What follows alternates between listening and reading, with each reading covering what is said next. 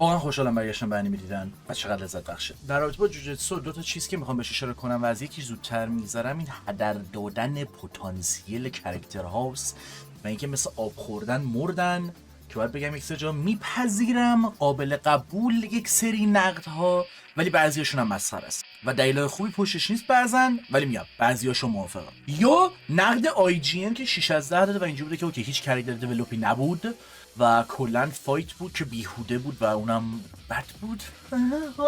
تا یه حد قابل بحثه که بگیم سیزن 2 جوری بود که کلی اتفاق میفته ولی بعد از اون نمیبینیم کاراکترها چه کارایی میکنن، چه تصمیم میگیرن یا اون کاراکتر دیولپ چی شد، به کجا قرار کشیده بشه. ولی برو وات. و بحث دومی که مین فوکس این ویدیوه و کلا به عنوان ویدیو فرست ایمپرشن ترجیح میدم روی یه موضوع بیشتر دست بذارم، آرت اثره. من به خاطر اینکه مانگا ریدر بودم سراغ سیزن 2 نرفتم سریع و فکر کنم یکی دو اپیزود آخر بود که شروع کردم تازه، اما به خاطر هایپی که دور اثر بود به یک سری شات های به خصوص رو تو اینترنت میدیدم و تاکید میکنم یک سری تصویر، یک سری شات به خصوص، نه کلیپ، و منم اینجوری بودم یا علی این چه کثافتیه دیگه و میترسم از اینکه اثر رو خراب کردن و این حرفا به خصوص که شرایط ماپا رو اصلا نمیپذیرم. حالا هر چقدر این بحث برای سالها هست که برای ژاپنی ها دلسوزی نکنید اینجوریه اونجوریه، بازم من با شرایطی که مپا داره اصلا حال نمیکنم و تو مخمه. اصلا یک وضعیتی بود این اثر، هی پروداکشن میگفتن کنسل شده، هی فشار آرتیست اون پشت رو میدیدی، از اون طرف مپا یهو کم مونده بود یه اثر دیگه برداره، حالا شاید بیشتر از یه نفر بوده باشه که نخوام جمع ببندم ولی اوتاکو و ویبای کوسو از طالبان می‌خواستن گگر رو ترور کنن، اینجوری بودن که خب یه کامبینیشن می‌خوام بدم که گگر رو بکشن بدی. مسلمان‌ها به اپیزود تودو گیر بودن این حرامه و مبدل پوشی فلان بیسار که وای کسخالم داره در میره که چیزی که تو مانگا نبوده کشیدن و اکچولی اینقدر خوب بوده. اینور هم میگن به اعتقادات ما احترام بذارید نکشید ها فلان ها. جدیدن فکر کنم 2-3 سال شده ترن را افتاده هی میپرن به سازنده ژاپنی بابت اثرهایی که میسازن و هی شروع میکنن به چرت و پرت گفتن راجع به دایورسیتی، سکشوالایز شدن و هزار تا چیز دیگه. مثلا هارادا باید 4 تا جواب به این کسخال بدن. اصلا سرویس شدیم از اینکه میبینی آرتیست اینم فشار روشه کلی بولشت هم میشفه بعد بیان معذرت خواهی هم بکنن سر هیچی تهدید به مرگ هم قرار بشن. بابا اولاغ تو انیمه نگاه نکن، خب چه گیری کردیم. تو موی زن که هیچی، جادوگر نباید نگاه کنی، همین رو کاری نداری. بعد یهو مبدل پوشی که میشه ای بابا حرام. این درگیری های سیاسی، اعتقادی، کنترل و چیزهای این شکل حول محور جوجوتسو کلی بحث هست راجبش بشه کرد، مخصوصا اینکه وقتی اثر دیدم تازه پیگیر یه سریاشون شدم و تأثیری که میتونن داشته باشن رو اصلا دوست ندارم. اون از نوروگامی که سر همین مسلمونا کنسل شد، اینم از این هزار تا فشار هست از همه طرف، اینم روش. اوکی قرار بود آرت باشه خدایا جاده خاکی نزنیم. خب اصلا یه وضعیه میبینم یه اپیزود جوجوتسو میاد بعد آرتیست اثر میاد گریه زاری معذرت خواهی من عذر میخوام من رو ببخشید که نتونستم اپیزود رو بهتر از این بکنم، شرایط سخت، مهلت کمه فلان اینا. این 30% کاری که می‌خواستیم بکنیم در صورتی که همون 30% رو نگاه می‌کنی خودش یه با شاهکار اینجوری یا علی این خالی بود. آرتیست زیاد و خوبی رو اثر کار کردن، اینجوری نیستش که آرتیست های ناشناخته یک چیز خوبو تحویل دادن، آرتیست های شناخته شده که کلا همیشه کارش خوب بوده چیز خوبی رو تحویل دادن و اصلا الان آرتیستایی داره که حسابی بهش میاد. شاید یک سری جاها واقعا کمکاری حس بشه و میشد که بهتر باشه تو اسپکت‌های مختلف نه فقط آرت، ولی نمیپذیرم اینو بشنوم که آرت اثر سر تا پا مشکل داشت و به خاطر بودجه این کارو کردن فلان. یعنی اصلا بنده خدا جوجوتسو همون اولی که اومده بوده ملت گیر بودنش تا خود اوجش که به فایتای سکونا باشه، یعنی 5 ماه رو اثر گیرن، 5 ماه فرصت داشتم قرقرای ملت رو بشم. واقعا خدایا شاگرد خدایا شاگرد. اپیزود 1 سیزن 2 که اتفاقا استارت خیلی قوی داره در صورتی که مانگا خون باشید بهتون نشون میده که اوکی ما متریال اورجینال داریم. فکر کنم 10 دقیقه اول الان یادم نیست تو مانگا اصلا نبود، تغییراتی نسبت به مانگا رو تو هر اپیزود حس می‌کردم و بعد اثر رو هی چک می‌کردم که اون تغییرات هم عالی بودن و اون متریال اورجینال خیلی خوب بود، خیلی دیتیل‌های ریزی داشت که اصلا نیاز نبود بعضن و تو اثر رو برای بار دوم که می‌دیدی یه سری جاها اسلو که می‌دیدی به این دیتیل توجه می‌کردی می‌گفتی این اصلا نیاز نبود این کارو بکنن. تازه جدای از اینکه خود این آرت استایل براشون هزینه برتره، کارشون رو بیشتر طول میده اتفاقا. و همون اپیزود اول دیتیل ریزی که داشت انقدر پرومیسینگ می‌کرد اثر رو که نمی‌تونستم به این فکر کنم ویت چطوری گفتم بده، کجا دقیقاً خراب میشه مگه. بگردم تو همون اپیزود اول انقدر خوب با زاویه و پرسپکتیو بازی می‌کنی میگی یا علی باشی طرفم. مثلا که الان چند سال کلا تیری داره تو انیما میاد و کامera موومنت های خوب می‌بینی، پرسپکتیو خوب می‌بینی، کارگردانی خوب می‌بینی. نمیگم تو انیمای قدیمی نبوده، خیلی خیلی حتی قدیمی، ولی خب نمیشه به اینا توجه نکرد. تغییر آرتستای تو همون اپیزود اول مشخص جلوتر میره، انگار بیشتر حس میشه این قضیه، مخصوصا به فایتا که میرسه و همونجا هم بیشتر قره ملت در اومده بود. هرچند گفتم بیشتر به تون اثر میخواد، چون اثر یه سری جا انقدر خودش خوب نشون میده و فکر شده که در جا میخوای بری سراغ نمادگرایی یا رنگ، مفهوم و اینکه تحلیل کنی آقا چی داره میشه چی نمیشه، اصلا چطوری مپا با این شرایطی که توش هست جدای این که اونجا همه دارن سرویس میشن با این کوالیتی داره کارشو تحویل میده. و یعنی میخوای بهم بگی مهلت و مشخصا بودجه بیشتر بود از اینم بهتر میشد؟ نو فاکینگ. این 30% اون چیزیه که واقعا باید تحویل میگرفتیم. چون گفتم ربطی به شخص من نداره، کم بود احتمالاً اونجا که هست حس میکنن همه، ولی خب جاهایی که نیازه اوکیه و بیشتر از اوکیه، مخصوصا که هرچی جلوتر میریم و به اپیزودهای فایت میرسیم. البته الان که فکر کنم دارم حماقت میکنم و این ویدیو رو دارم بیش از حد طولانی میکنم. هر کدوم از چیزا که دارم روش دست میذارم میتونه یه ویدیو باشه به تنهایی، شاید متن دچار تغییر کنم، ولی خب گندیه که زدم و بهونه‌ام برای توضیحات بیش از حد و اضافه رو گفتم که چرا ویدیو اینقدر طولانیه، چه اگه تکی بشه، چه قرار باشه الان این حرفامو توی آشغال ترینا کلا بشنوید برای همون اولین بار یا دومین بار، نمیدونم چیکار کنم. خب پس این از اپیزود اول. حالا یهو جامپ بزنم رو سکونا و بحث آرت اونجا. اول بگم که میفهمم بحث آرت در انیمه، مدیا، دیتیل هایی که تو انیمه قدیمی فقط بودن چرا اونا تکرار نمیشن، علاقه‌ای که به یک سری چیزا هست و بعضی موقع تو صنعت نیاز دیدن چیزهای این شکلی دوباره.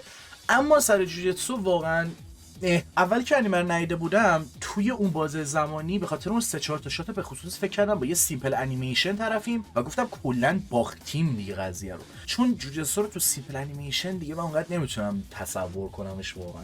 اما اپیزود 16 اینا بود اگه اشتباه نکنم. آرت استایلش چی بود؟ کاگناشی یا همون نوشادو که یه آرت استایلی که معمولا یا کلا هیچ سایه‌ای نیست توی تصویر رو آبجکت ها یا کاراکترها یا کمترین مقدار سایه هستش. از همون اول بگم اگه دابل استاندارد دارید ریدید داداشیا، اگه قراره از چیزی بدتون بیاد باید همه جا بدتون بیاد، نمیشه یه جا اوکی باشه یه جا که حال نمی کنید اوکی نباشه. یعنی میخوام بگم چیز جدیدی نیست، شاید به خاطر آدینس جدیده که ملت نمیدونن با چی طرفن، ولی اگه بین انیمه بینا اینو بخوام بشنوم دیگه خب واقعا دیگه هیچی دیگه. خلاص اگه سیمپل انیمیشن بود میگفتم آره یک سری جاها میتونه بودجه سیو بده و زمان بخره برای مپا، ولی به همچین هدفی نیست. به واسطه اثری که دیدیم میشه این رو گفت، جوری که کمک میکنه به پیوستگی، فلوید بودن موومنت، دوربین، اکشن و تصاویری که میتونه بسازه در کنار کوریوگرافی و یک سری چیزهای دیگه بسیار دیدنی و جذابن و حتی سخت‌تر در آوردنش تا اونجایی که من اطلاعات جمع کردم از آرتیستا و منابع مختلف. آره شما اگر استاپ بزنید انیمه رو یه جوری میتونه باشه و شاید یه تک فریم ترول فیس سکونا رو پیدا کنید، ولی اصلا خیلی اون شاتایی که من دیده بودم واسه مسخره کردن استفاده میشد اصلا معلوم نبود 5 ثانیه بود 10 ثانیه بود، اصلا تجربه میکنید نرمودن هستین اصلا اوف. و جالبه بهتون بگم اول روی این اپیزودا کار شده بعد رفتن سراغ دیگر اپیزودها اگه اطلاعاتم غلط نباشه و این خودش میتونه نشون بده کم نذاشتن برای این اپیزودا. واقعا واسه مهم نیست خطای روی لباس یا فابریکش اونقدر عالی نیست وقتی بجاش هر جای دیگه چیز بهتری تحویل میگیرم، اکسپرشن ها بهترن، فوکس مشخص رو چیه و یک سری چیزا که باید به درستی در اومده. واقعا یک سری ایرادا از نبود اطلاعات میاد و احمقانه است، نمیشه بهشون خندید، نمیشه کار دیگه ای راجبش کرد. حالا بیا و توضیح بده که بابا سکانس دویدن سکونا اتفاقا سخت‌تره در آوردنش و نیازی نیست به حرف من گوش بدید، برید انیمیشن‌های مختلف و داکیومنتریاشو ببینید، از لگو گرفته تا اسپایدرمن و آرکین و کلی حتی انیمه ها، نه حتما حال چیزای غربی، ببینید چطوری یه سری چیزا رو در میارن، چطوری یه سری تصمیما رو میگیرن، چطوری یک سری آرت استایل رو انتخاب کردن میتونه کارو سخت‌تر کنه. و جلوتر گفتم چرا میگم این آرت استایل بیشتر به تم جوجتسو میخوره. دیتیل درسته که از خیلی جا کم میشه اما این فرصت رو میده که مرکز توجه بهتری توی اثر داشته باشیم و کاراکترها بتونن چیزهای بیشتری رو بهتر از خودشون به نمایش بذارن و خودشون رو اکسپرس کنن، چیزی که جلوتر گفتم. ولی اینایی که تکرار کردم، چیزها میتونن کیاتیک تر باشن و یک سری فرصت هایی رو به انیماتورها میدن که نمیشه گفت تو آرت استایل دیگه نشدنیه، اما اینجا دیدنی تره، بهتره، یا حداقل میشه گفت من خیلی لذت بردم، من خیلی بیشتر لذت بردم. میتونید از نظر فنی راجع به این مسئله بیشتر بحث بکنید و چیزهای مختلف بگید، ولی میدونیم این بحث جاهای دیگه کردم که خیلی موقع از این چیزهای فنی استفاده میکنیم، اگه یه ایراد پیدا کنیم که صرفا بگیم بعد چون خوشمون نیومده. ولی خب اوکیه، میتونید بیشتر راجع به این قضیه سرچ کنید اگر میخواید بدونید جدای از سلیقه واقعا چه اتفاقی داره میفته. من که خودم حال میکنم و واقعا یه سری فایت فوق العاده‌ان، یعنی کاری که یه سری جا انیماتورها میکنن دستبوسی داره، اینجوری هم که وای این فایت 15 دقیقه فایت بود و من حس میکنم خیلی سریع رد شد، کاش بیشتر نشون میداد، کاش یکم اسلوتر بود. نه اسلوتر نبود، این آرتت بیشتر دوست دارم از این فایت ها. خدایا، یعنی بهترین جایی که این آرت استایل خوشی نشون میده، یکی همون فایت توجی با گوجوه، یکی با پسر خودشه، یکی هم همون سکونا که خب البته همه رو گفتم، ولی خب یعنی خب همش هم چون خوبه دیگه، چی دارم میگم، فقط جوگیری نیست. اینکه خوشتون نیاد هنوز کاملا قابل درکه، مخصوصا که یهویی آرت استایل عوض میشه و اصلا جوجوتسو سیزن 1 به خاطر آرت استایلش هم یک سری مخاطب به خصوص جذب کرده بود و خب شما یه موقعی از یه اثر دیگه نیومدی بگی من از این خوشم نمیاد که، پس یک یارد استایل به شما داره تحویل میده، الان یه چیز دیگه داره تحویل میده، اوکیه، قابل بس. ولی اینکه بگید علاوه میشین روش خیلی کم کار شده، دیگه حماقته دیگه. بعضی جاها اتفاقا کار بیشتری میبری و سخت‌تره در آوردن اون فایت، اون کوروگرافی، اون موومنتش. بابا تو رو خدا برو توجیه رو ببین، اون کوروگرافی رو ببین، اون خلاقیت دوربین و تصویر و اون کاراکترها رو ببین چه جوری داره یه سری چیزا حرکت میکنه، چطور این آرت استایل تو سرعت یک سری جاها بهتره. چون اتفاقا میتونم بگم که جدای از این که حالا اصلا میخواد وایب تابستونی بگیره، اینو بگیره، این وایب بگیره، اون وایب بگیره، یک سری جاها که اثر کنده آرت استایل یه جوریه و یک سری جاها که کنده شاید یه آرت استایل سویچ یا یه مقدار بیشتر دیتیل دادن میتونست کمک کنه. ولی میگم جایی که موومنت و درگیری خیلی زیاد هست میدرخشه این آرت استایل، میدرخشه و حتی اسلو هم نگاش میکنم لذت بخشه که ببینم چطوری در آوردن اینو فریم به فریم. من بین این اثرایی که دیدم فقط چند تاشو بود پاک نکردم، چیزا رو کلا پاک نکردم، اینجوریه من یه سریشو باید فریم به فریم جدی ببینم، خیلی خوبه. حتی میرفتم کی انیمیشناشو پیدا میکردم، اینجوری بودم سرچ میکردم مثلا اوکی چطوری میشه یه سری چیزا این مود در آورد، مثلا آیا جایی ثبت شده که چطور میتونی به این نرم بودن از تصویر برسی، کجا باید دست چقدر کشیده بشه، چقدر شبیه خمیر بشه، فلان بشه تا بشه اینو در آورد. به نسبت خود سیزن 1 جوجوتسو زیرو، سیزن 2 4-5 اپیزود اول و اون بخش هایی که اشاره کردم همش رو کنار هم بذارم و بخوام بگم، به نظرم اتفاقا خیلی باحاله که یه اثر چند تا آرت استایل داشته باشه و تو شرایط مختلف بتونه بین اونا سویچ کنه،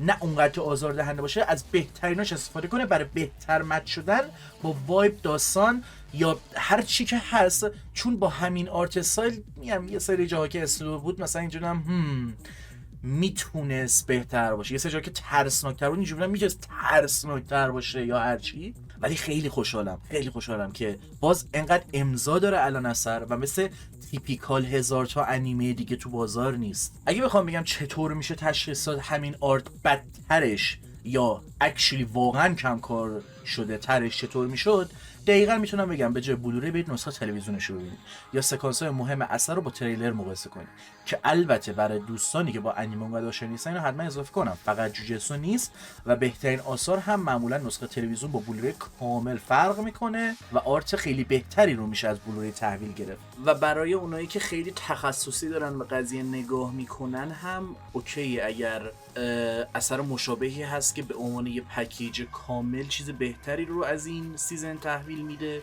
یا حتی صرف نظر آرتیستیک، و مخصوصا اگه چیزی هستش که نیچه یا اونقدر مخاطب نداره تو کامنت ها بگید، همچین بد نمیشه. فکر میکنم که کاش تکن هم انیمه تکن جدا از سایه زنی آرت مشابهی به سیزن 2 جوجتسو رو داشت و توی سایه زنی و کمبود سایه اتفاقا جوجتسو یه مثال خوب برای اینه که چطور این کارو بکنیم در مقابل اون تکنه که چطور هر اتفاق اونجا افتاده رو انجام ندیم. الان اصلا یهو بزنن بسید این قضیه، چون من اونجا هم با سایه خیلی اذیت میشم، اینجوری هم که بابا این چیه دیگه، اصلا یعنی چی. در کل فرست ایمپرشن هم عالی بود از سیزن 2، خیلی بهم حال داد برخلاف سیزن 1 و برخلاف سیزن 1 که یک سری جا به خاطر کاراکتر کمدی، حالا اون یک دو تا فایت به خصوص یا هر چی که هست یک سری لحظات رو دوباره میدیدم، سیزن 2 جوریه که به خاطر آرتش هم که شده شاید بشینم دوباره ببینم. و چون خیلی راجع به این آرت صحبت کردم، راجع به داستانش هم بگم. آره میفهمم شما انقدر کاراکتر حذف کردی، الان جا اونا کاراکترهای قراره اضافه کنی و ریپلیس کنی که جذابیت ندارن، یا کاراکتر دیولپت قراره چجور پیش بره. یک سری نقدها و سوالهایی که مطرح میشه رو میپذیرم، جای بحث دارن، ولی منی که مانگا رو خونم الان اسم میکنم گگه is cooking let him cook، داره چیزهای خوبی میپزه به نظر. و یه سری جاها یه آرکی جلوتر داریم، یکم واسه من یه سری جا بورینگ میشه، ولی خب مربوط به خود سیزن 2 نیست. الان ملت نگران ادامهشن و اینکه چی شد که خب اوکی میفهمم، قابل درکه. و همین دیگه، یعنی این فرست ایمپرشنی که من داشتم واقعا خب بیشترش هم مربوط به آرت بود، چون میگم قبلا مانگا رو خونده بودم و هنوزم دارم میخونم. بیشتر سعی میکنم یه آشغال متر دیگه راجبش صحبت کنم، چون من سر ویدیو قدیمیمم یه سری گندای عجیب غریبی زدم و منظورمو اصلا خوب نتونستم برسونم با صحبتم، با دیلنگویجم، متنی که نوشتم. حتی اگه ترول بوده، جدی بوده، هر چی بوده، کامل خراب کردم و آشغالمت سیزن 1 جوجوتسو کیسن هم حتی باید تکرار کنم. و اینکه اینم بگم من جوجوتسو زیرو رو هم دیدم و حالا نمیدونم تو متنم اشاره کردم یا نه، ولی خب بیشتر صحبتام میخوام برای اون بذارم یه ویدیو دیگه اگه بتونم. اینم بعد اضافه میکردم، دیدم مثلا هم چیزی تو ویدیوم نبود، ولی الان که مثلا اینو دارم ادیت میکنم این اتفاق افتاده و خیلی خفنه که میبینم یه چیزی مثل جوجوتسو کیسن یا کایسن هر چی که هست تونسته همچین ریچی داشته باشه و با 2 سیزن تو کمترین زمانی که میتونست در کنار بزرگترین انیما قرار بگیره، به سوپر بول برسه و انقدر جهانی بشه. واقعا خیلی خفنه و ارزشش هم داره، یعنی به نظر من چیزی نیست که بگید اوورریتده، مگه اینکه بخوایم یک سری فازا در بیاریم، یه سری اثرها رو بخوایم اسم ببریم که باش. خلاصه که آره اینو بعداً توی ویدیو دیگه هم باید راجبش توضیح بدم، اون بچه‌ای که مخاطب این قضیه اینو بدونن، چون اون کسایی که خب به جوجوتسو هیچ علاقه‌ای ندارن الان یه تیکر قطعا نمیان فقط این یه تیکر رو ببینن و منم نصف صحبتام تو قشنگ اینجور جاهاست. یه جا دارم راجع به یه اثری صحبت میکنم، هیچی بهش هیچ علاقه‌ای ندارم، بعد آخرش دارم مهمترین چیزهای مربوط به چنل رو میگم که کاملا احمقانه است. ولی خب کلا بعد یه سری آشغال مترا و یه سری ویدیو قدیمیمو یا حذف کنم یا ریمیک کنم یا بگم که آقا من اینجا هدفم این بوده، اصلا من راجع به اثر عملاً صحبت نکردم، دارم چرت و پرت میگم. همون موقع هم دوست داشتم ولی دارم اذیت میکنم که جوجوتسو سیزن 1 کلا جوجو رفرنسه و خب گند زدم.